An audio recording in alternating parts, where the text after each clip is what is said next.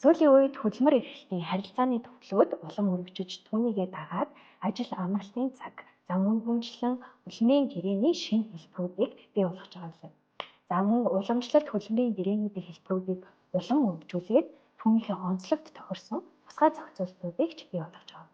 За тухайлах юм бол хувь хүн хоорондын хөдөлмөрийн гэрээ, гэрээний үйлчлэгч, түүнтэй адилхан ажилтны мөн туслах малчны хөдөлмөрийн гэрээ зэрэг багтана.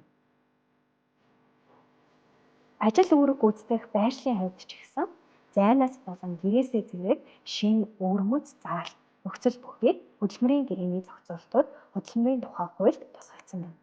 Гэр бүл хөдөлмөр нийгмийн хамгааллын яамнаас олон улсын хөдөлмөрийн байгууллагын дэмжлэгтэйгээр хөдөлмөрийн гэрээний дараах загваруудыг боловсруулж гаргалаа.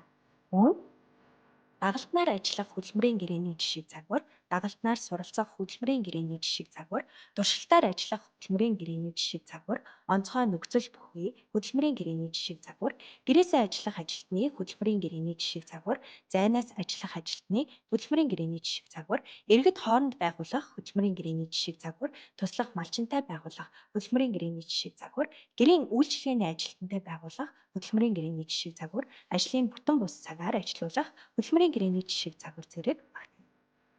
Та бүхэн доор хаягаар ороод хөдөлмөрийн гэрээний загваруудыг батан авч өөрийн байгууллага, ажлын онцлогтой тохируулан жишээлээрэй.